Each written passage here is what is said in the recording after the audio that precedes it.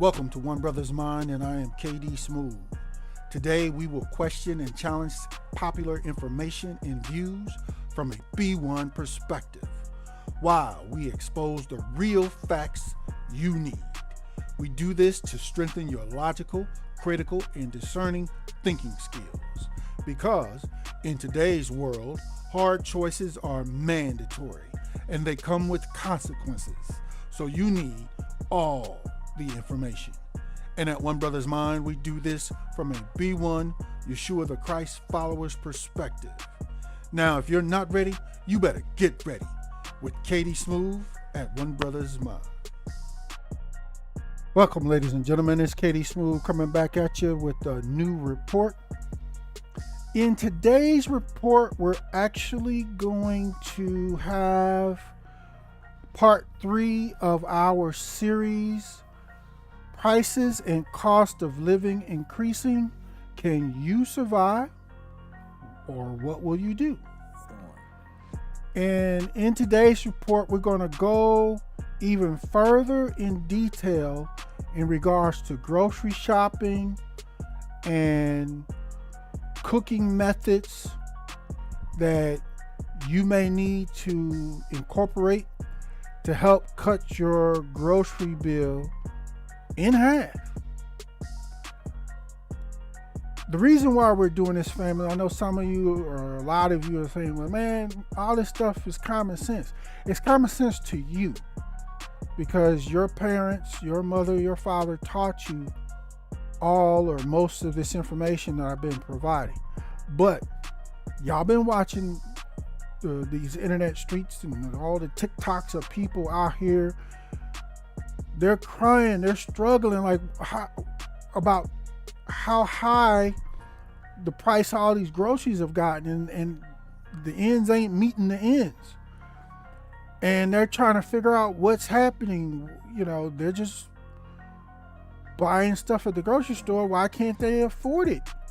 Why is it so high? And a major part of why their grocery prices or costs are so high is because they actually were never taught how to grocery shop or how to cook inexpensively to feed themselves and their family. So a lot of y'all, if you already know it, just bear with me. This may not be all for you. This is for our other family members, okay? And with that being said, also, if you think you know all this information, stay with me. I got a major surprise announcement in regards to air fryers. The air fryer you got in your kitchen right now. That air fryer. I got a major announcement that you really need to know that's going to be coming up a little later in this report that I'm going to share with you, okay? It's going to hopefully really help you out, okay? So, with that being said, what we're going to do primarily is I got a video. It's titled 20 Things to Stop Buying to Cut Your Grocery Bills in Half on YouTube. It's produced by Financial Flash. Shout out to Financial Flash on this video and report. We're going to go through this video and I'm going to chop it up and break down or provide even more details as we go through it. But it's only about 15-20 minutes long. So we're not going to hold you long today, family. We're going to get through this video and then wrap it up. Okay? All right. So let's go ahead and get started here. Let's get our video started. And this is our video from Financial Flash, as you can see. So let's get it going. Actually, also, before you do, smash the like button, share this report on all your social media with all your peoples, and be sure to be subscribed to One Brothas Mind, where we bring you the information, facts, and truth you need. All right, let's get started. The secret lies in 20. clever marketing tricks that grocery stores hope you'll never notice. Let's start with something that seems convenient, but costs you triple the price. That $5 container of pre-cut pineapple sitting in the produce section might be the grocery industry's greatest magic trick yet. Somehow they've convinced us that avoiding a bit of knife work is worth triple the price. And we keep falling for it faster than those pre-cut apple slices turn brown. The same sleight of hand happens with those bags of chopped onions and diced peppers, silently turning our grocery bills into performance art. But here's the... Okay, well, looks like we got some colonizer invaders jumping in. I'm going to banish these colonizer invaders, and we're going to get back to our... Oh my goodness, what's going on? They trying to get me, y'all. I'm going to get rid of the colonizer invaders, and we're going to get back to our video. Wow, really? Okay. Let's get back to our video here. Messing with my feed, y'all. But here's the real plot twist. Pre-cut produce isn't just expensive. It's actually working against you. Those perfectly diced edges create an all-you-can-eat buffet for bacteria, dramatically shortening shelf life. A whole cauliflower keeps its cool for 2 weeks in your fridge, while its pre-cut cousin starts looking like a science experiment after just a few days. The solution is refreshingly simple. Grab a knife, cutting board, and some airtight containers. Sure, your first attempt at pineapple chunking might look more abstract art than fruit salad, but hey, at least you're not paying gallery prices for it. Now, let's explore another breakfast favorite that's not quite what it seems. The dairy aisle has perfected the art of disguising dessert as breakfast, and flavored yogurt leads the parade. That little cup of fruit at the bottom contains about 6 teaspoons of added sugar, nearly as much as a glazed donut. Yet somehow, it's managed to maintain its health food reputation while hiding behind a parade of artificial flavors and thickeners. You're paying nearly double for what's essentially plain yogurt mixed with sugar syrup and a few fruit-flavored ingredients. The industry has convinced us that spooning up artificially flavored blueberry paste is somehow healthier than adding fresh berries to plain yogurt. Meanwhile, buying plain yogurt and adding your own fruit not only saves money, but gives you actual fruit nutrients instead of natural and artificial flavors. Next, let's talk about another aisle where money evaporates. Okay. Family, let's pause it right there. I made mention of this in part 1 and I believe part 2 of this series. You cannot go to the grocery store, like has already been mentioned, and buy all of these prepared, pre-chopped, all that stuff. It's double, triple the price, if not more. What you must do or start doing is buying your own vegetables, your own raw fruits and vegetables. And like our brother here on the right, taking them home, chopping them up yourself, prepping them yourself as you're cooking. You're gonna save a gang of money. I know you've been doing it, the pre-chopped stuff and whatnot, because it's really convenient. I get it. But you're paying so much more for it, it's crazy. Also, with a lot of your fruits, some of you may not know, when you buy certain fruits, like say, what you're more familiar with is like your bananas. Your bananas, you buy a pack of bananas, you bring those home. Within a couple of days, they ripen and they're ready to go, for you to eat. But a lot of other fruits work that way. Plums, peaches, watermelon, whole seeded with seeds, watermelon ripens as it sets. You buy a watermelon, you don't cut it the same day. You let it set for about 4 to 7 days, then you cut it. It'll be much sweeter. Your peaches and plums and nectarines, you get those. You know those old school paper lunch bags? You have you a few of those at home. You get some plums or some peaches. You put those inside of those brown paper bags and roll those bags up and let those set for anywhere from 3 to 7 days. And those plums, peaches, nectarines, they will ripen because they, like bananas, they ripen off of their own gas, and they will get, a lot softer, very soft, to the touch. Then you put them in the refrigerator, and then you can enjoy eating them, okay?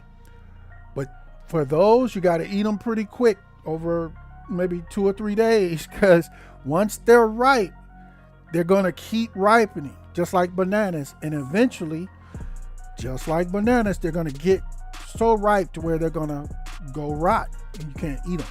So plums, peaches, nectarines, things like that.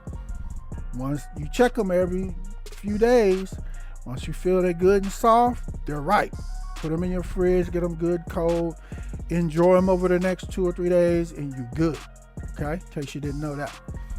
Because a lot of y'all buying these things and y'all trying to eat them the same day you bring them home from the store, and they are not ripe and they taste like trash, and you pretty much want to throw them away. Those 3 types you need to let ripen. Okay. But again, all your other vegetables and things like that, you need to cut them up as you cook. Cut and chop them up as you cook the meals. Hopefully the big mama pot or 12 quart pot meals that you're cooking for yourself and your family. Okay? Whole cabbages, whole bunches of greens or whatever. If you don't know how to cook, a wide variety of big pot meals, it's all over YouTube. Recipes are everywhere. Okay? Look up some recipes, especially some so-called black people. If you like seasoning, my white brothers and sisters, look up some black people recipes. YouTube does not push black cooks and recipe videos like they push everybody else's videos. So you have to scroll for a while, and you eventually start running into videos that are produced content that's made by black cooks. Find those. Look at several of those, and you should be all right with whatever recipe you are going forward with. Okay, so let's get back to our video. Again, if you're not buying your raw vegetables, you have to. Say you may be a little scared of using a big knife. You got to get over that. Cut your own stuff. They even got little vegetable choppers. One I'm going to share with you later in a moment that you can get that'll help with that if you're not too comfortable with a knife. But we'll get there. All right. So let's get back to our video. Let's get back to our video here. Okay. Okay, here we go. Operates quickly. Those tiny glass jars in the spice aisle might be the grocery industry's most daring magic trick yet. They've mastered the art of making $6 disappear in exchange for a pinch of oregano, all while convincing us it's perfectly normal. Peek behind any professional kitchen's doors, and you'll never find those tiny, overpriced bottles. There's a reason for that. The markup on grocery store spices often reaches 500% above cost, quietly draining your wallet with every shake. But here's the real seasoning scandal. That expiration date stamped on your spice jar is actually just a marketing trick. Spices don't spoil. They just gradually lose their punch over time. Those fancy little bottles in the spice aisle are the same ingredients you'll find at international markets and bulk bins for about a quarter of the price. The only real difference? One gives you more spice for less money, while the other gives you a pretty glass bottle. And speaking of overpaying for everyday items, let's peek inside your pantry at that deceptively tall box sitting on the shelf. The reason why cereal boxes are so tall is not to make room for all that nutritious breakfast goodness. It's mostly to house premium-priced air. Open up any family-size box, and you'll find it's playing a disappearing act, with barely 50% of the box containing actual cereal, getting consumers to pay $7 for what amounts to about 25 cents worth of processed grain. Those vibrant boxes with cartoon mascots promising a balanced breakfast actually cost more to produce than the cereal itself, with companies spending millions on marketing to convince us that their sugar-coated corn puffs are worth the markup. The healthy varieties aren't much better. They're often the same basic cereal with a few vitamins tossed in and a hefty price increase for that green packaging. The markup on breakfast cereal reaches a staggering 2,000%, making it one of the most overpriced items in your shopping cart. Switch to oatmeal or eggs instead. Your wallet will thank you, and you won't find yourself mysteriously hungry an hour after breakfast. Okay, family. Uh, Also, like you said, mentioning oatmeal or eggs. Of course, there's grits, there's cream of wheat, there's other breakfast items that you can cook that actually are more filling, and in most cases cheaper than all this sugar-filled cereal that most of us have been using. Okay, let's continue. Breakfast. And if you think cereal is an expensive morning habit, let's talk about something that might make your wallet really wake up. Okay, we got another colonizer invader that I'm going to banish. Give me just a moment, family. We're going to banish this colonizer invader. A few months ago, I had no idea what a health ring even was until my fiance got me one. And I have to Got say, another colonizer invader. Bear with me just a moment. We will get rid of this colonizer invader. All right, here we go. Get it back going. Let me skip ahead just a little bit more. There we go. All right. or buy a professional coffee setup 3 times over. The math is eye-opening.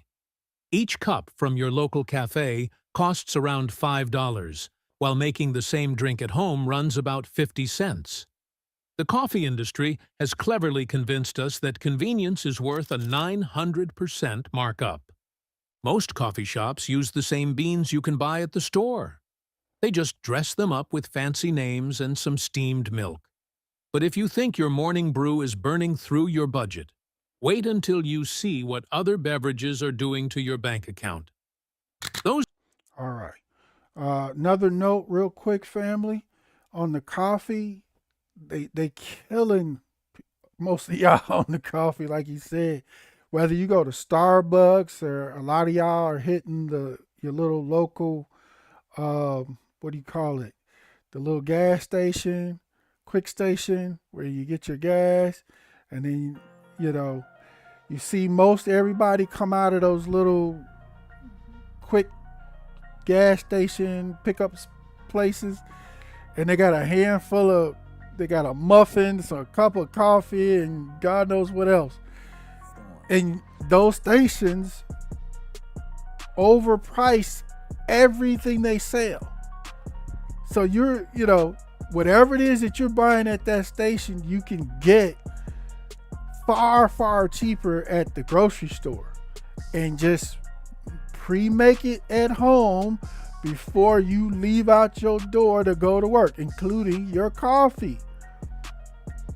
I'm going to share with you, they got what do they call them? I'm not a coffee drinker, so I don't know if I'm going to pronounce this correctly. The Krager machines that you can put those little pre-made cups in and make your own frappuccino or whatever you trying to get from Starbucks. You can make it at home in your own little Krager machine yourself for a fraction of the cost that you're paying at Starbucks and what have you.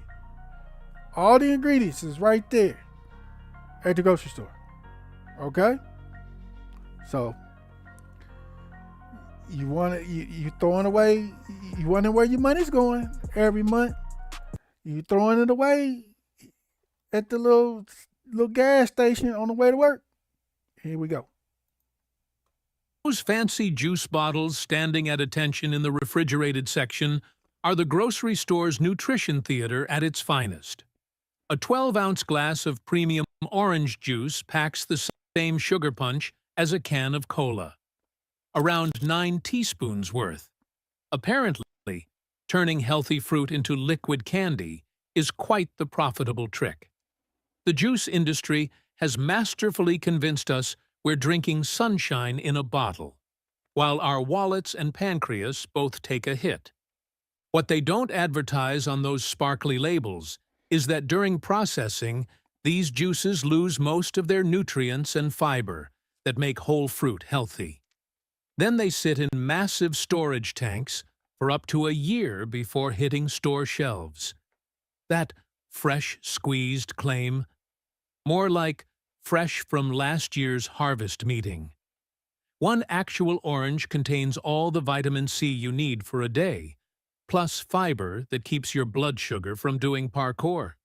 And if you think the marketing on these juice bottles is clever, wait until you see what's next on our list.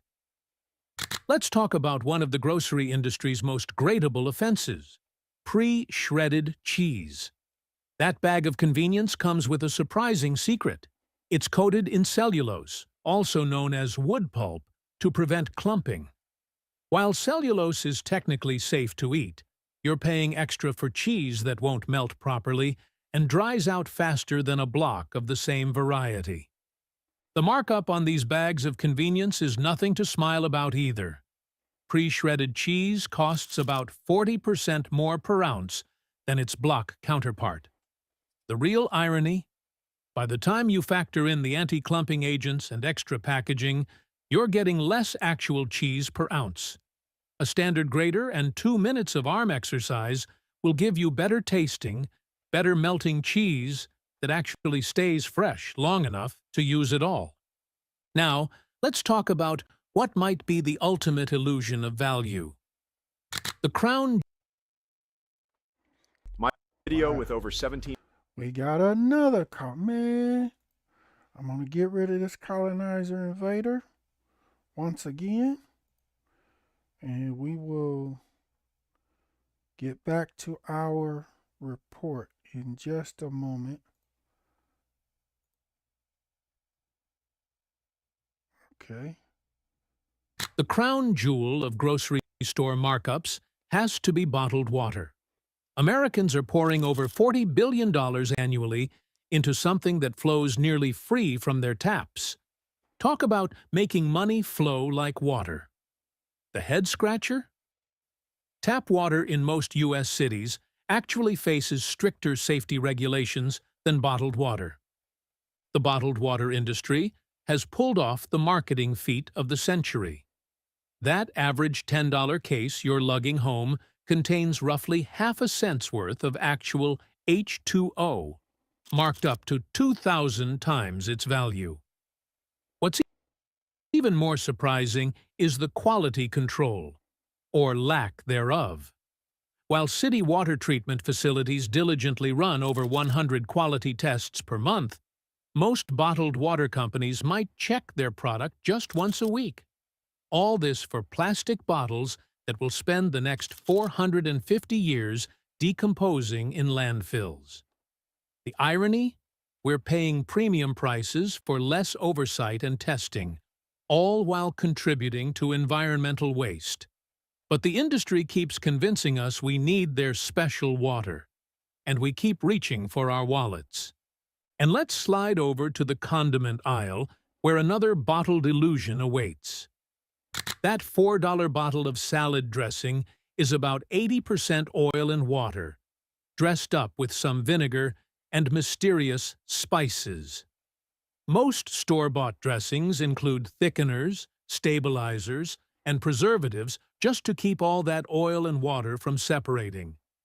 Things your kitchen drawer already knows how to fix with this amazing tool called a fork. Making your own dressing costs pennies per serving and takes less time than reading the ingredient list on those bottles. A splash of olive oil, a dash of vinegar, a squirt of mustard, and whatever herbs you have lying around will create something that actually tastes like real food. The best part is that you can adjust the flavors to your taste without paying extra for premium versions that are just slightly different ratios of the same ingredients. Now, let's heat things up with a look at another convenience food that's cooking up trouble for your budget.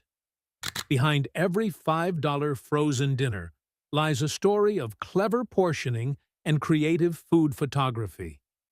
These microwave meals typically cost twice as much as homemade versions while offering portions that would leave a hamster hungry. The freezer aisle has mastered the art of making a tablespoon of meat, and 3 pieces of broccoli look like a feast on the box. The frozen food industry's biggest achievement? Convincing us that their sodium-packed portions save time and money. But here's the truth in numbers. The average frozen dinner contains about 900 milligrams of sodium. That's nearly 40% of your daily limit. Learning just 3 or 4 simple recipes and batch cooking them on weekends would give you twice the food at half the cost, with ingredients you can actually pronounce. That's exactly what I stressed in part 1 and part 2 of this series, family. The processed foods, frozen foods like this that we're buying, we literally, these are the worst things we could possibly be eating and feeding to our kids. The healthiest food is the fresh food that we're able to cook ourselves with our fresh vegetables, freshly made sauces and things of that nature, where we control the levels of salt, sugar, or whatever, that we control everything that's going into our food. Don't forget that, family. And as he mentioned, the price on all this pre-processed stuff is 2-3 times as much. You can make a breakfast sandwich, an egg-which sandwich for yourself at home. Get your toast or biscuits together, big biscuit. Make a sausage patty and some cheese and a couple of eggs. Put that joker together for less than half of, they got 8 of them in here. If you made 8 breakfast sandwiches at home yourself, even if you use canned biscuits, you still gonna come out way cheaper than whatever this box of egg-which sandwiches is selling for, or whatever frozen stuff you're buying like that. Okay? All right, let's get back into it. Here we go. And while we're exploring the freezer aisle's biggest deceptions, the ice cream industry has mastered a strategy that would make Houdini jealous: the incredible disappearing dessert. While prices keep climbing, containers have mysteriously shrunk from half gallons to 1.5 quarts. And now some barely reach 1.4 quarts. It's like your ice cream is on a diet, but your wallet isn't. Manufacturers have gotten quite creative with their downsizing tricks. They're adding more air during mixing, making containers taller but narrower, and pushing the bottom up with a deeper indent. It's architectural genius meets marketing mischief, all designed to give you less while making the package look the same size.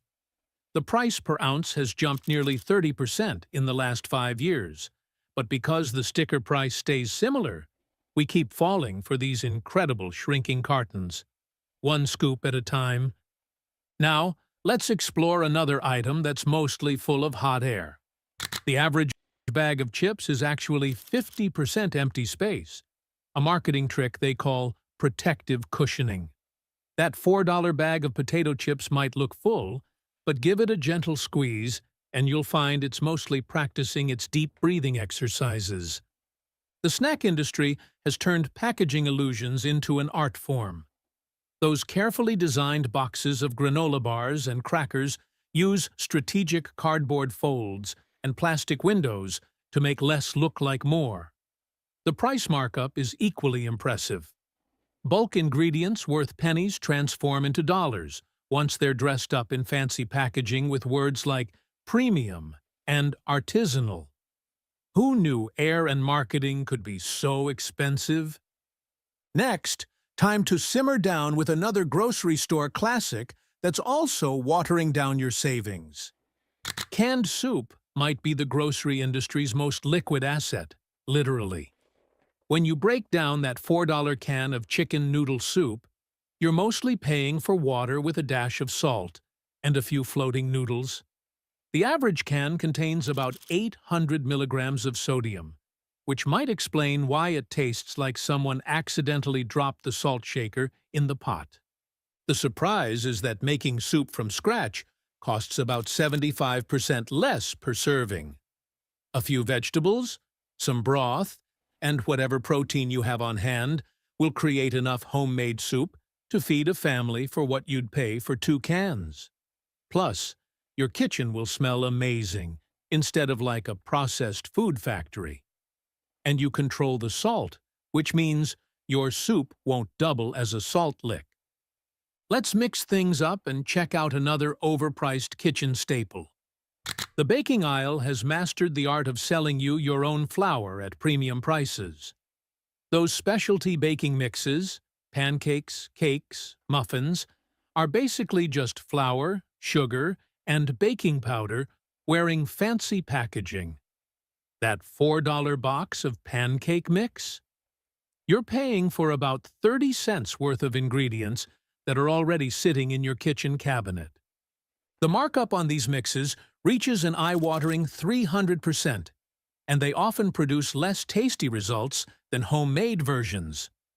Most basic baking recipes need just 4 or 5 pantry staples. A bag of flour and some basic ingredients will make 6 times the amount of pancakes compared to a mix. And you won't be paying extra for artificial flavors and preservatives that try to make your breakfast taste like actual food. Let's uncover another grocery store secret that might change how you shop. The secret? They laughed at me Once when I used the again, pink salt trick. we got us another colonizer invaders. Y'all see what they doing? They going ham on all the colonizer invaders today. I shall banish this one as well and get back to our video. We'll be finishing up here shortly. The secret most big brands don't want you to discover? Their products have identical twins wearing different outfits. Those store-brand cereals, soups, and snacks often come from the exact same factories as their name-brand counterparts. The only real strategy is charging 40% more for fancier packaging and a well-known logo. These big manufacturers often use identical recipes and ingredients for both versions. The only real difference is the marketing budget. Those TV commercials and colorful packages don't pay for themselves. Store brands undergo the same safety testing and quality control as their name brand siblings. Even more surprising? In blind taste tests, people regularly can't tell the difference between the two. The store brand might not have a cartoon character on the box, but it definitely has more money staying in your wallet. Let's look at another way your grocery budget might be getting trimmed. Okay, real quick, family. Like he said, I know some of y'all, as soon as he mentioned store brands, y'all nose turned up. But the reality is, a lot of store brands, like he said, they taste the same, if not, maybe even a little better. It depends on what it is specifically. There are some store brand items that are just nasty, nasty, nasty. Yes. But what you do is you don't, each time you go to the grocery store, you pick one or two, a couple of things, the actual store brand version that's cheaper, and you just try that. You get the smallest package or whatever that you can get, and you try that when you get home. And if you do that each time you do go grocery shopping over time at different stores, you will find a lot of the actual store brands that taste just okay with you. And because they're cheaper, you're saving yourself a whole lot of money. Okay? Like, for example, the Walmart Oreos versus the real Oreos, that's a no. They don't taste as good. You can try them. I've tried them before. They're okay. I can deal with them, but they're not real Oreos. So you're going to run into examples like that. But like if I'm getting some Oreos to add to my homemade ice cream, I can use the Walmart ones and I'm fine. They're perfectly fine. It just depends on what you're doing. And again, each store or wholesale club, they have brands, especially the wholesale club brands. I think Costco is Kirkland and Sam's Club is Members Mark.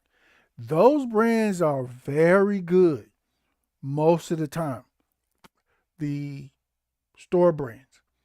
And you save a lot of money picking the store brand over the name brand item.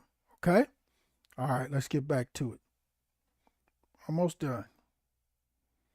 That neatly arranged tray of chicken breasts might look convenient, but it's costing you triple the price of a whole bird.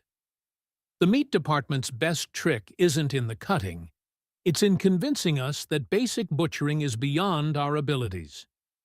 $4 more per pound just to avoid dealing with a whole chicken might be the most expensive form of kitchen laziness. The same pricing theater plays out across the meat counter. Those pre-cut stew cubes cost double what the same piece of meat would cost whole. Butchers know most shoppers will gladly pay extra to avoid basic knife work. Yet learning simple butchering skills could save the average household over $700 yearly. The most basic meat-cutting techniques take less time to learn than watching a cooking show episode. Speaking of paying extra for someone else's preparation, those tempting pre-marinated meats in the display case are essentially regular cuts wearing an overpriced sauce costume. The markup on these seasoned selections runs about 60% higher than their plain counterparts. What's actually in that special marinade? Usually just a basic mixture of oil, salt, and some dried herbs, worth maybe 10 cents per serving. The real flavor drain happens in your wallet. These pre-marinated cuts often use lower-quality meat hidden under heavy seasoning, while charging premium prices. A bottle of marinade and 5 minutes of prep time would season 4 times the amount of meat for a quarter of the cost. Plus, when you control the marinade, you're not paying for extra sodium and preservatives trying to convince your taste buds they're getting something special. Next up, let's look at another simple product. Those small boxes. Okay, one more time, family, real quick. On the chicken that he mentioned earlier, all of what he said was absolutely correct, with the exception of the cheapest, as I mentioned in part 2, the cheapest chicken that you can buy usually is the big 10-pound bags of leg quarters. Okay, I know you can find those at each of the grocery stores, but I know Walmart is one of the cheapest places. It's about 69 cents per pound, whereas a whole chicken is going to be closer to $1 per pound. Okay, so you can get those leg quarters if you really are trying to, save the most money on chicken. Those leg quarters will do just fine. Most people like the thighs and the legs the best anyway. So, but everything else, all the pre-cut breasts and wings and all, they're all charging more, way more than a whole chicken, or even better, the big 10-pound bag of leg quarters. Let's continue. Of baking soda and tiny bottles of vinegar in the baking aisle might seem innocently priced, but they're secretly performing a disappearing act on your money. The markup on these miniature portions reaches 200% above bulk prices. The same cleaning and baking staples cost just pennies per ounce when purchased in larger quantities from warehouse stores. These items never spoil. Baking soda and vinegar maintain their effectiveness practically forever, making those small portions nothing but a clever way to keep you coming back for more. Check this out. I'm going to show you how I afforded this car. Wow. They're doing nothing but colonizer invaders today. Let's get through this one and get back to our video here. Just a few moments. All right, here we go. Back to our video, family. And we're about done. A gallon of vinegar costs about $3 and handles the same jobs as 12 of those tiny bottles at $2 each. The math here isn't just simple, it's enlightening. Let's unroll another household expense that's draining our wallets. Paper towels might be the most expensive way to clean up a mess, basically turning your dollars into designer trash. The average household spends over $200 yearly on these disposable cleaning squares, proving we've mastered the art of paying good money to throw it away. The paper towel industry has really outdone itself, convincing us that only their super-absorbent, ultra-strong, mega-quilted sheets can handle a splash of spilled milk. The truth? A pack of basic cleaning rags costs about $5 and lasts for years. Even better, old t-shirts and worn-out towels make perfect cleaning cloths, giving your retired clothing a second career in housekeeping. Most spills don't require the industrial strength promised in those dramatic paper towel commercials where someone's apparently flooding their entire kitchen. A simple cloth handles the job just fine, and your wallet stays a little fatter. Time to unveil the last big secret to saving at the grocery store. Our final culprit are those fancy cleaning products that lined up like colorful potions in the cleaning aisle. Most of these expensive solutions are actually 90% water, dressed up in pretty packaging, with a splash of basic cleaning agents and some artificial fragrance. That $8 bottle of kitchen spray? Mostly water with about 10 cents worth of actual cleaning power. The cleaning industry has brilliantly convinced us we need a different product for every surface in our home. But here's the money-saving truth. A simple mix of vinegar, baking soda, and lemon juice can tackle most household cleaning jobs for pennies per use. These natural cleaners don't just save money. they work just as effectively as their expensive, chemical-laden counterparts. Plus, your house won't smell like it's been attacked by a perfume factory. And there you have it. 20 ways to keep your grocery budget from going down the drain. All right, there you have it, family. So, how much of that did you already know? Most people either didn't know none of it or most of that I just shared with you. Okay? And hence the purpose of this video. So, to end, a couple of more notes of things that I want to go over. This, again, family, this video report, this whole series, parts 1, 2, and 3, is for those of us, family, that for whatever reason were not taught all of this information when we were kids. And you might say, well, that sounds crazy. No, there's hundreds of thousands of people that were not taught all of this information as kids. Okay? And they're out here, most of it, if not all of it, they don't know. They were not taught how to cook for themselves, and their grocery bill is going crazy because they're buying all this pre-packaged, prepared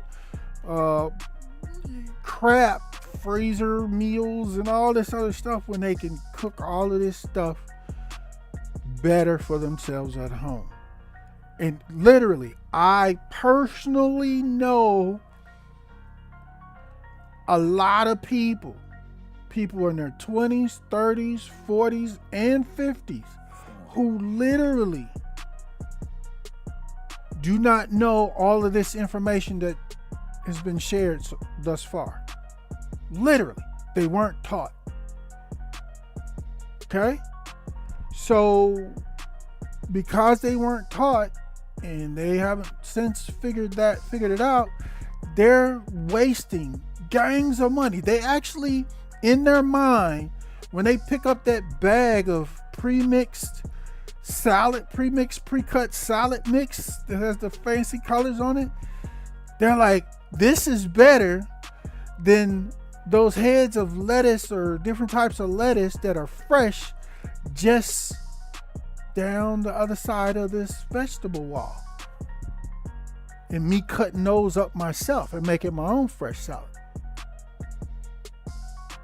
Psychologically, they got that locked in their mind. Oh, this got already got the salad dressing on it. So I ain't got to even buy no salad dressing. I'm good to go. I'll just dump it in the bowl and I can eat.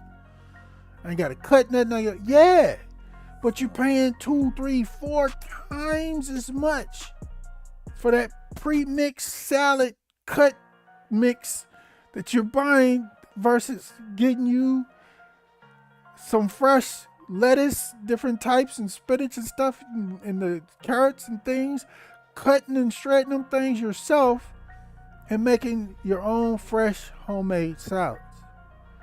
I know people in all age brackets that literally were not taught this. They're proud. Ooh, this salad mix, this pre-made this pre-cut thing over here, this is the bomb. This is so good. And I'll be with them standing at the grocery. I've literally gone grocery shopping with people, friends of mine. So, and I'm looking at them like, huh? Weren't you just complaining about how high the price of everything is? How money getting funny? But then you come in the grocery store and you buying all this double, triple, quadruple price pre-made stuff?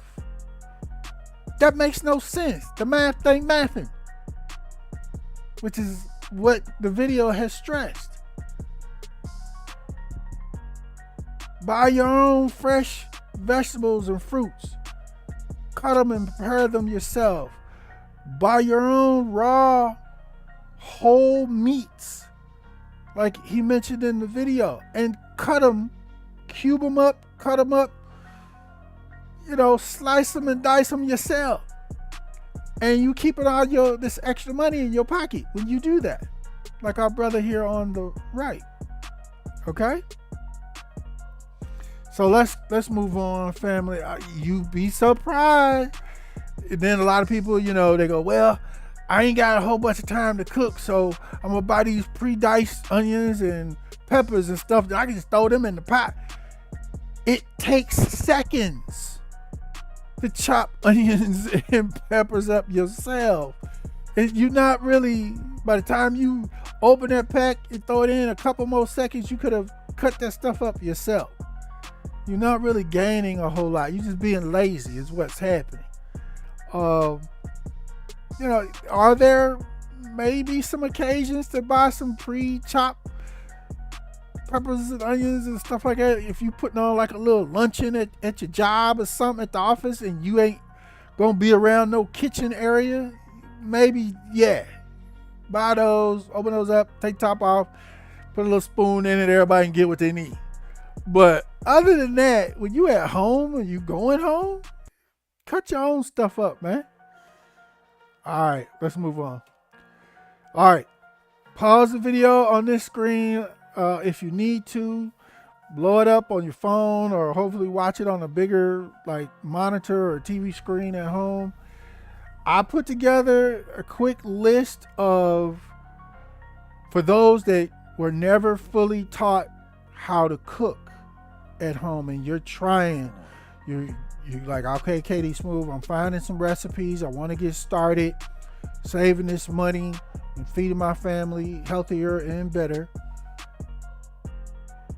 But you may not have all of the different types of utensils and whatnot that you need to really prepare everything easily yourself at home. Of course, most everybody, y'all got your own set of pot and pans, cooking pots and baking pans. That's kind of pretty much a norm. If you don't have a good set, it doesn't have to be an expensive set. You can get a set from Walmart that'll do you just fine. Like for one example, with the set of pots on the bottom left hand of your screen, I want to focus in. You need to make sure you see this at the bottom left, the largest or tallest pot on the right side in the back. That's most likely it should be a large 12-quart pot. You definitely need this big pot because that's where you make your big pot meals in. And when you're done, you got a large amount for you and your family to eat off of for several days, including lunch at work, whatever. I literally just made a big pot of spaghetti yesterday, same size pot, and it's full to the top. So, any spaghetti I don't eat or don't want to eat, I can, like you said, I can get storage containers, put that extra spaghetti in those storage containers and put them in the freezer. And then that's something several weeks later, a couple months later, I can pull out of the freezer, let it thaw out, heat it up, and I got fresh spaghetti again that I didn't eat the first time that I can now eat and enjoy without having to cook. Okay, you do you 2, 3, 4 big pots of food. If you got enough storage containers, half of all that food can go in your freezer. Especially if you're not used to or you don't like cooking often. And now you got pot of spaghetti, or storage containers of spaghetti, chili, and whatever else, soups and stuff that you made, fried rice mixes, and with all your stuff. You got the stuff in the freezer. And then one by one, you just pull beans. Y'all know, you pull each one of those out, pots about one by one, and you let them thaw. We don't feel like cooking. And once they're thawed, you heat it up. You ready to eat. You didn't have to cook. So definitely make sure whatever pot set you have, you got at least one. I would recommend 2 or 3 of these big old 12-quart pots. They got pots even bigger if you want to go there. Hey, do you. Over here on the far right, this baking pan set, you need all of these baking pans or you will eventually need them. But the pan that I want to focus on the most is the pan set on the far right, but the one that's got the LRG on it. The large, deep dish, if you will, baking pan.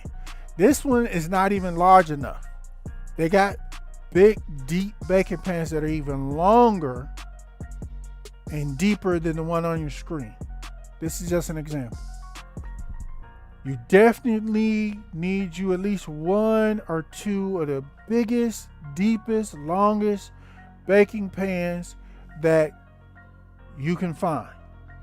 Because if, say for example, you're gonna make some roast and potatoes with a bunch of vegetables, whatever, that stuff may not fit in a small pan. You need those really big, long, 2-foot long pans that are deep to fit all those ingredients in the pan. And of course, you put your foil on them. After you throw stuff in the pan, you fold it up, throw it in the oven. A couple hours later, you got a whole pan of good eating for you and your family. Okay? If you don't have, you thinking I'm a single person, I don't need to make that much food, same concept as before. You still go ahead and make the whole big old 2-foot deep pan full of roast or chicken and rice and vegetables or whatever you put in it. Go ahead and make that whole pan up. And then if you're saying, I'm not going to eat all this myself, get your big storage containers, half-gallon plastic or whole gallon plastic buckets and containers with lids. Take half of that food, put it in those containers, seal them up, put it in the freezer. Then that's an additional time later on down the road. You don't have to cook. You can just pull that stuff out, thaw it out, heat it up, you eat. You didn't cook nothing because you cooked it a month ago. Okay? Also, the pots, the pans, and these utensils that you see on your screen, if money's really tight, you're really going through it, but there's a lot of these utensils, cooking utensils and things that you don't have, you need, you actually can find pretty much all of this stuff at your local thrifty store or say Goodwill store. Okay? And a big 12-quart pot may cost you $2 or $3. You find the stuff at the Goodwill store, you check it, make sure it's not rusted out or doesn't have holes in it, it's still in good shape. Then if so, you got a whole 12-quart pot for $2-3. If money is really, really tight on you, you don't have to go get a brand new set. You got options. Okay? Pro tip on the thrifty or Goodwill store.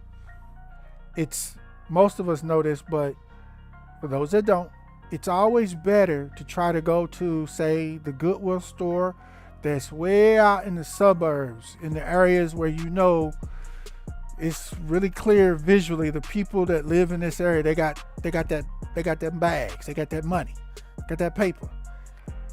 The reason is those people are going to donate usually better or higher quality used things at their Goodwill store. So if you get to those Goodwill stores that are out in the suburbs, when they first open, when they first put, kind of restock the store, you're going to find a lot of really good deals. You may even find things like cast iron skillets and things like that are really expensive. You can get them for $4-5. Really good cookware. Okay? That actually will be better than the cookware you could get in a set, like say from Walmart or something. Okay? So don't knock on those Goodwills out at the suburbs. You can find some really good deals. Also, in the top right corner where you see the pasta at, that white colander that's in the sink, you need a big colander about that size, a large one. There's other colanders that are smaller or handheld. You can think to yourself, well, I don't need one that big, and let me get one of these little medium or small ones that I can hold in my hand with the handle and stuff. Don't do that. If you're going to cook large pot meals, say like a pot the size of this pasta pot full of pasta, that save money for your family, you need the large colander. Okay? Metal or plastic, whatever you want to do. You need the large size one. That'll get every job done for you. As opposed to you got one of them smaller ones and now you got a big pot full of pasta and all that pasta ain't gonna fit in that little handheld colander that you bought. Don't do that to yourself. You need a whole set of utensils like you see at the top middle of your screen. Spatulas, big slotted spoons, and don't sleep on the whisk in the front left bottom of that picture. You need a whisk, especially if you don't have a mixer or an electric mixer. You know, they got them where you can get a little handheld one with the two little beaters on them, and it plugs up into the wall, and it's a little mixer beater. If you ain't got a large mixer, you don't have to have that. You can get either use whisk or get you one of the little, it's about the size of a, I don't know, I'm drawing a blank right now. It's about the size of a small pot, or it's small, but you stick the two beaters in the bottom of it, unwrap the power cord and plug it in the wall, and now you got a whole mixer that you can mix stuff up with. But if you don't have that, definitely make sure you get you a couple of whisks to be able to use. You see in the utensil bucket, there's a potato peeler, a handheld. You need a potato peeler. You buying bags of potatoes at the store, you gotta have a peeler to peel them. You need, this got a pizza cutter, the little round circle over to the right. All these different utensils you need to have in case you just now getting started wanting to cook all your own food, because you're going to use these utensils for the different things that you need to do to prepare your food. And I added just to the bottom right of the utensils a couple that I didn't see in the bucket. You're going to need a potato smasher for when you want to make your own homemade mashed potatoes. The two little handle things just to the bottom right. You're going to need one version. You don't need both of them. Just pick one or the other. You know, again, you can find these utensils for 50 cents or $1 at those Goodwill places if money is really tight. Okay, moving forward with utensils, this shredder with the shredded cheese next to it. You need one of these. It's got about 4 or 5 sides to it that shreds different shreds of stuff. Like the side you see to the right, that's kind of like your cheese shredder. Like he said, you buy, instead of buying shredded cheese, you buy the block of the same cheese that's cheaper. You get this tall shredder, you hold it on a plate or on the counter, nice and firm, and then you just rub that block of cheese up and down this side with the big holes that you see, and you make your own shredded cheese. And like I said, there's other sides to it. One side is a slicer, but you get one of these. Everybody should have one of these if you're going to be doing your cooking. Okay? Also, further over to your left, you see this picture with the vegetables. You see the potato sitting on it. The Vegomatic machine, if you will. That's old school name for it. But you need, most people, y'all buying French fries, bags of French fries at the grocery store, paying 2-3 times the price when you can buy your own bag of potatoes, have you one of these Vegomatic type, and I emphasize type, of potato cutters, okay, or French fry makers, some people call them. And you peel your potato, and then you stand your potato in the area where the blades are, where you see the potato setting in the middle. You stand it up on one end, and then you take your hand, make a fist, and you just hit it real hard, and the whole potato will go through, and the blades being cut into French fries. Okay? That's how that works. And if you buy one of these type of French fry makers, they usually come with several different types of blades where you can cut and chop things in different sizes. So it's also a vegetable chopper for those that, you're not real comfortable using knives. You can put a piece of green pepper or onion, half an onion up there and hit it real hard. It'll chop the whole onion. One hit, bow, done. Now, when and if you look up your French fry makers, most of the ones you're gonna see are gonna be cutters that look like they set horizontally on your counter, and you got a handle that you pull down, and it pushes the potato through. I do not recommend those. Don't buy those. Most of those are not heavy enough to actually cut French fries out of a potato. You're gonna be struggling trying to get that potato to go sideways or horizontally through those blades. It's a waste of time. Trust me. They got some that do work, but they're very, very heavy and very expensive. All the ones that most of you thinking about buying, they don't work. You're gonna be mad. You're gonna be so mad. Get this Veg-O-Matic type. You're gonna get a cheap one. The type you see here on the top left corner, that you put the potato in there and you let the top down on it and hold it and just hit it, ball your fist up and hit it 1 or 2 times. The whole potato falls through and you got fresh cut French fries.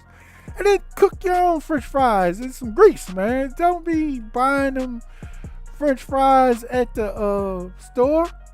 Now, I know some of y'all saying, well, wait a minute, Katie Smooth. When you do that and you cook and make your own fries, they don't come out crunchy.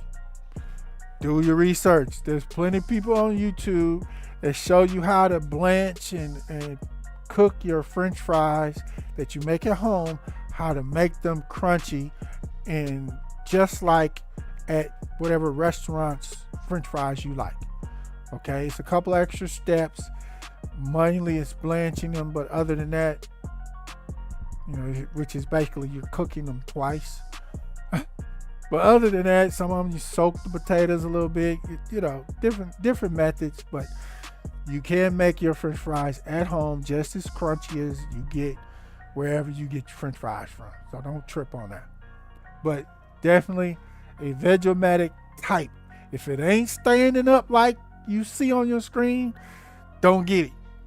Because it's going to be a struggle cutting potatoes and French fries, okay? Okay. 2 more things. In the middle, or a couple more things actually, in the middle of your screen. First, you see the Instapot full of food. I do recommend, if you got the money for it and you're trying to get your cooking game on, there are certain kitchen gadgets that are very, very beneficial and helpful to have, that, like in this case, an Instapot, specifically the biggest Instapot, the big 12-quart ones, just like the size of the big cooking pot, the large cooking pot. That's what I got on the screen, the really big ones, not the itty bitty ones that are cute. Don't do that to yourself, because you can't make that large pot of food and have enough for your whole family, or enough to put the leftover or extra in the freezer. Get the big one. It's the same concept. Only difference with an Instapot versus a regular big pot, the things that you cook in the Instapot, you can cook those things in half the time or even less time than it takes you to cook it in the regular big pot boiling on the stove or whatever. Okay? For example, this Instapot, you can get you a big large number can of green beans. Get you about 4 or 5 potatoes peeled and chopped, diced up. Don't have to be small, just big chunk potatoes. Cut them in big chunks. And get you about 2-3 packs of whatever kind of smoked sausage you like. Put a little bit of oil in the bottom of the Instapot because it will saute for you. And put your potatoes in there and put a little seasoning, your seasoning on them. Saute those potatoes at the bottom of that pot for just a couple of minutes, stirring them up, turning them over and all that. And then turn the saute part off. Then take your big number 10 can of green beans, dump it, open it, and dump all those green beans in your colander at the top right in the sink. And dump all that canned juice that was on the green beans, dump all that out. So now in your colander, all you got is the canned green beans. Run some hot water over your green beans that is in your colander. At least 3-4 minutes, run some hot water, moving it around. Basically, you're washing off the canned juice from your canned green beans. Once you get done with that, pour those green beans in your Instapot on top of your potatoes. Add your favorite seasonings, your salt, pepper, your garlic powder, onion powder, Lawry's, whatever, stuff you like to add on top of your green beans. Then lastly, take your raw smoked sausage, pork, beef, turkey, whatever you like to use. I prefer beef, and cut it, your smoked sausage strings, into small bite-sized little circles.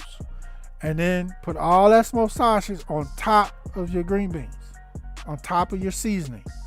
Put the Instapot top on, set it for 4 minutes.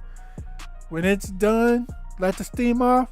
You got a pot of good eating in 4 minutes. That's one of a quick recipe that you can use if you get you an Instapot. And there's a whole gang of other ones that you can cook things a lot faster in your Instapot. You also see on your screen in that same area, you see a crock pot. The biggest benefit of a crock pot, is it actually cooks over long periods of time. Okay, like 8 hours. It'll cook some food. Like you want to do a roast, but you got to go to work or go to class, college or whatever. Okay, put all the ingredients in your crock pot, and be clear, you get a large crock pot, same concept, don't get the little ones if you can, but get a crock pot with a timer on it, a full digital timer, where you can set it for how much time you want it to cook. Okay, and then it automatically shuts off. So you can go to put a roast or whatever you put in this big old crock pot, set the timer for 8 hours, and confirm that it will shut itself off. And as long as that's confirmed, fill it up full of meat, chicken, whatever it is, recipe, you dump all that stuff in there, turn it on, set the time like 7-8 hours, go do what you got to do, go to work. When you come back home, your dinner for your family is already ready. Most of y'all know that already, but just for the few that don't. And then in that same area on your screen, like I mentioned earlier, get you a Keurig machine, like what you see where the little hand with the little cup, the coffee cup is. That's your own personal coffee machine. They got all whatever flavors of coffee you're pretty much buying at Starbucks. They have them available in these little cups that you put in the top of the Keurig machine at home. Your Frappuccino, cappuccinos, whatever, they got them. The lattes, the cinnamon, this and that, they got them. You just get the little flavor cup, put it in the top of the Krager machine, and put your cup under there and turn it on. It's gonna make that exact flavor of coffee that you like for you pretty quickly. And then, of course, you have your creamers that you like. They got flavor. You get all that from the grocery store. You can make exactly what they're making at Starbucks at home just before you leave for work. Fresh. And it's fractions of the cost they charging y'all. Some $8, $10, $11, $15, $20 for one big cup of coffee. You can make that for like $2, $3 at home at most. You gotta save money, man. Okay. Last but not least, if you haven't noticed, there is an air fryer on this screen. Now I'm about to drop the big surprise, the big reveal about what's wrong with the air fryers. Yeah, the air fryer you got in your kitchen right now. So listen closer. Get closer. Come in. For those of y'all, for everybody that went out and bought y'all the air fryers and y'all using them like crazy, what is your number one complaint about your air fryer? You wish it was bigger, right? So you could put more chicken wings or whatever, french fries in there, whatever you're doing, right? That's your number one complaint. Guess what? I told people this and their mouth fell open when I told them. Because they didn't realize how they've been hustled, how easily they got suckered into buying these air fryers. It's such a waste of money. But here it goes, family. You see that knob, the gray knob next to the air fryer with the red X on it on your screen? Do you know what that knob is to?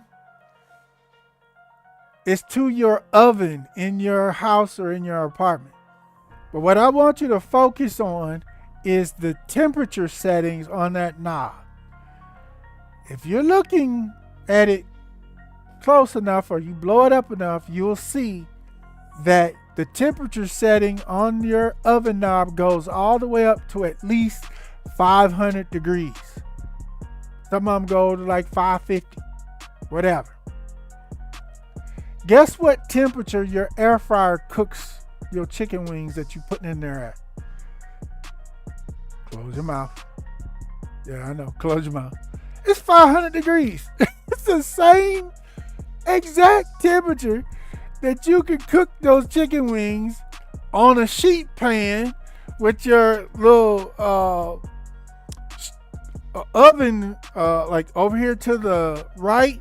You see below the muffin pan, the little grate, your cooling grate. You have a flat pan, baking pan, and you put the cooling grate on top of it, and then you fill it up with chicken wings. And instead of putting it in your little bitty air fryer, you put it in your oven, and you turn the oven all the way up to 500. And them same chicken wings will be done in approximately 10 minutes, just like they're done in the air fryer. You never needed an air fryer. You just needed to turn your dang oven up to cook things like that faster. Yeah, they got you. I know you feel bad right now. They got you. They got most of y'all. They played y'all. The air fryer is just a little mini oven. That's all it really is. And it cooks at basically 400, 450, 500 temperatures. That's all it is. But you've always been able to do that right in your oven. You don't need, and you got a huge oven. You can cook 20, 30, 40, 50, 60 chicken wings, depending on how big your sheet pan is and your cooling rack. You can cook 50, 60 chicken wings at one time in your oven. In fact, oven has at least 2 shelves. You can cook 120 wings in your I know. Don't tell nobody. You feel real bad right now because you got an air fryer literally sitting in your kitchen right now that you wasted money on. Just don't tell nobody. Go and get rid of it. You done went and bought the special little air fryer cooking little baskets, little rubber baskets. You got all the little special little stuff. You wasted your money so bad the whole time your oven's sitting right behind you. And you just refuse to turn the temperature up.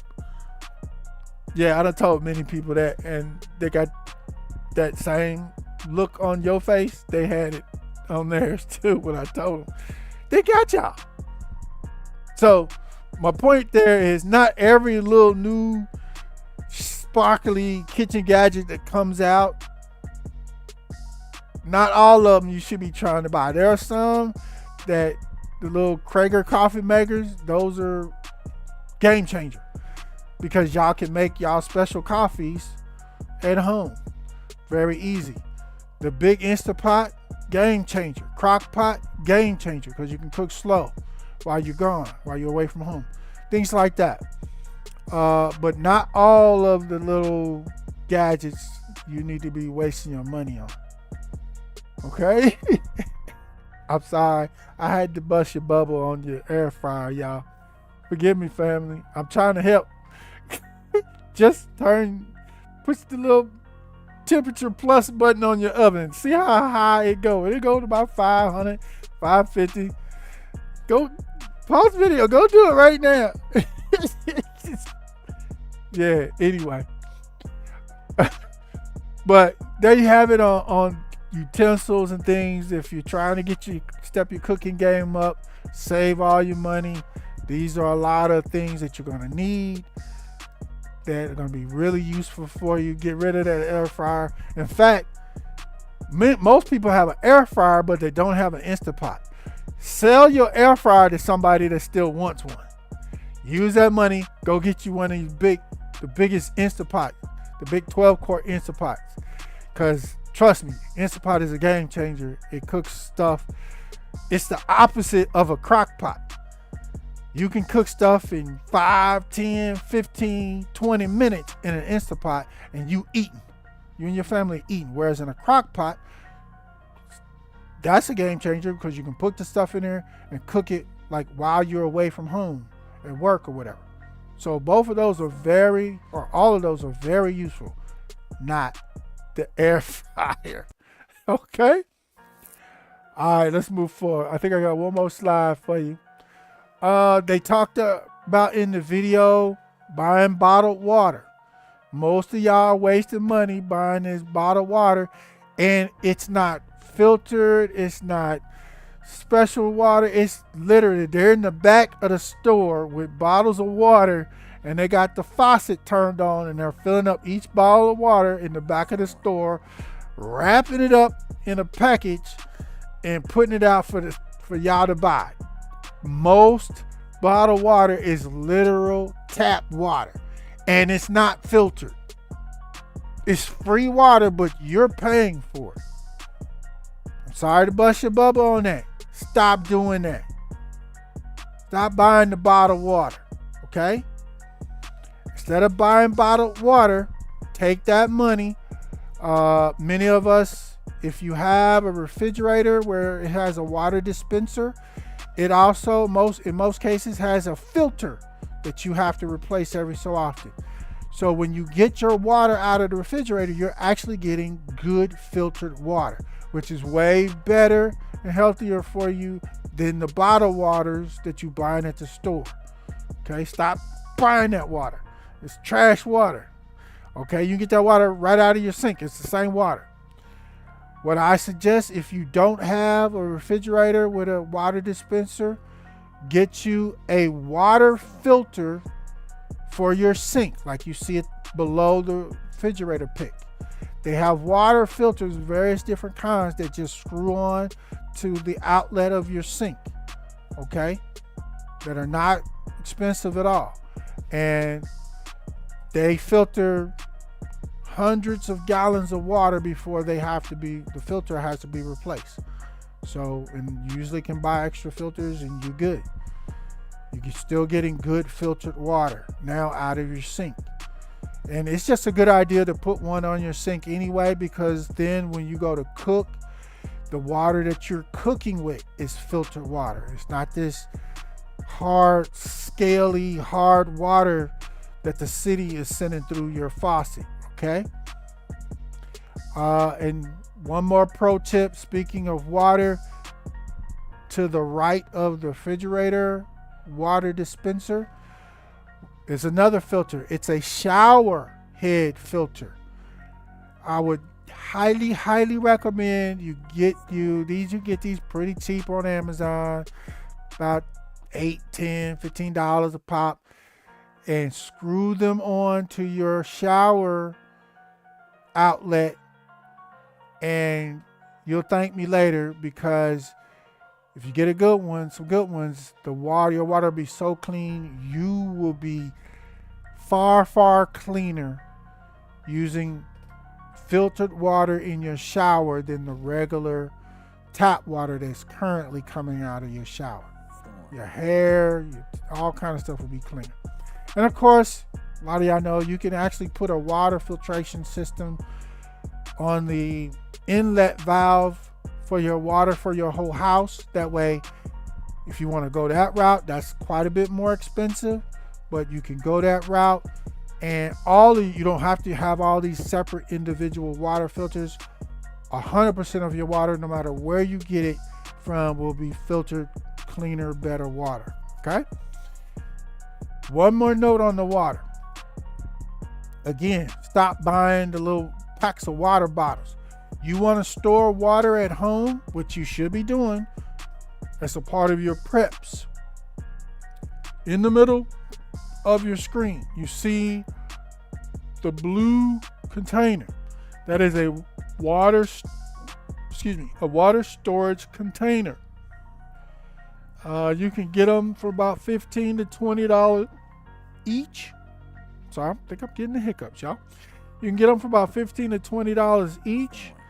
And if you got filters on your faucets and stuff, you can literally put the container under your faucet, turn the faucet on, fill up the whole blue water bottle of filtered water. Do your research on how to treat your water for storage. Put your little treatment additives in your water. Close that big blue water container up. Set it somewhere in a dark closet or basement space that doesn't get much light, and store water that way. And whenever you want it, just go get one of these blue buckets, pick it up that you got stored. You got fresh drinking water for you and your family. And water can store, if you didn't know, for up to 5 years and still be perfectly fine if you properly prepare it with the extra little treatment additives. One of them is a little bleach, a little this and a little that to help prevent bacteria from growing. But do your research, family. Don't take my word. Research on how to properly store and treat storage water. Okay? Before you try it. All right. Especially one other note with those blue containers, they got them now where they're stackable. So you can have a closet and you can stack 3, 4, 5 of these, however high you want. They don't take up much space. They even got some that also not only are stackable, they got little pour spouts that you can screw in the small end, the little port. So when you turn it on its side, it's like a cooler with that'll pour the water out for you. You don't have to go through having to pick up the whole thing and turn it over. Okay? Do your research. All right. Couple more things, 2 last things that I wanted to mention in the video. They talked about ice cream. Right next to the blue cooler, there's a little small ice cream makers that are available. You can make your own ice cream at home, family. And some of them do a really good job. Okay? As you see, it's got the little features right on the front of it, but you got your well, if you will, where you actually pour your ice cream ingredients into this well, put this little clear top on it, turn it on. You program it to how long you want it to, because what it's doing, it's It's got a spinner or a mixer inside this circle in the pink area. And it's going to sit there and turn and turn and turn for however long you program it to turn for. It's also basically got it's kind of like a refrigerator. I can't spit the word out. A compressor that makes that well ice cold. Okay, so while it's spinning, it's getting colder and colder, which is what is making your ice cream when it's done. Okay, now quick, good ice cream recipe, real simple. Heavy cream. You can use about 2 cups heavy cream, I think. 1 cup of milk. About 1 cup of sugar and some vanilla extract. About let's say 2 teaspoons of vanilla extract in that kind of combination. Put your milk and sugar in a bowl by itself first and whisk or stir that up until the sugar has dissolved. Then add your heavy cream and your 2 or 3 teaspoons of vanilla extract or whatever extract flavor you want to add. Mix that up, whisk that up, and put that in this little ice cream machine well. Turn it on for about 55 minutes. When it's done, you're going to have some of the best tasting ice cream you've had in a long time because you're actually using real ingredients. That crap, the ice cream at the store is trash. It's not even real ingredients. It's like ice water that they making and they flavoring it. It's so trash. They got these machines in this small version like you see on your screen. I actually have one personally that's about 2, maybe 3 times the size of this machine. It's not that the well for the ice cream is bigger. That's the same size, but the machine is bigger, so it gets colder fast. It's got a bigger compressor in it. It gets colder faster, and I got more settings on it. I can make milkshakes. I can all the way to solid ice cream. I got more features. That's all. But whatever your budget allows you to get, you can make your own ice cream at home. This is the newer versions of the old school, and y'all know, family, the big ice buckets with the hand turner that you got to manually turn or crank for about 4-5 hours and put the salt, keep shaking salt on top of all the ice cubes. And then you got your ice cream mixture in the center of that's turning as you hand crank it. Y'all know we used to do that, but I did it as a kid in my family. Most of y'all did it as well. A lot of the younger people, y'all not. Look it up. You'll see them and you'll laugh because we used to have the ones with the hand crank. We had to all do about 15-20 minutes each.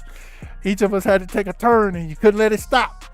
You stirred till your arm got tired. You call your brother, yo, your turn. They had to come, jump right on it and keep turning it. You couldn't let it stop.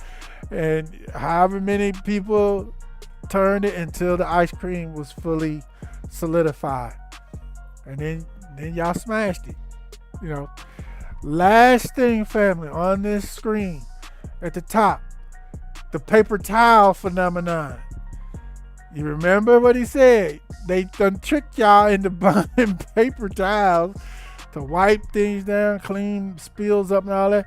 When you just as easily, if you got a dry washcloth or towel, wipe that up, wipe your mess up, wash your stuff with it, and then put that washcloth or towel like you see in your wash machine and wash it and dry it in the dryer, and it's ready to use again. You don't have to, why y'all all out here buying paper towels? I've almost never bought a roll of paper towels in my whole adult life. There's been a few exceptional occasions where I'm not at home and I don't got washcloths and towels. Like I'm at the office, we're doing like a little office party type thing. Yeah, I buy a roll of paper towels in. But other than that, if I'm at home, I ain't got no paper towels.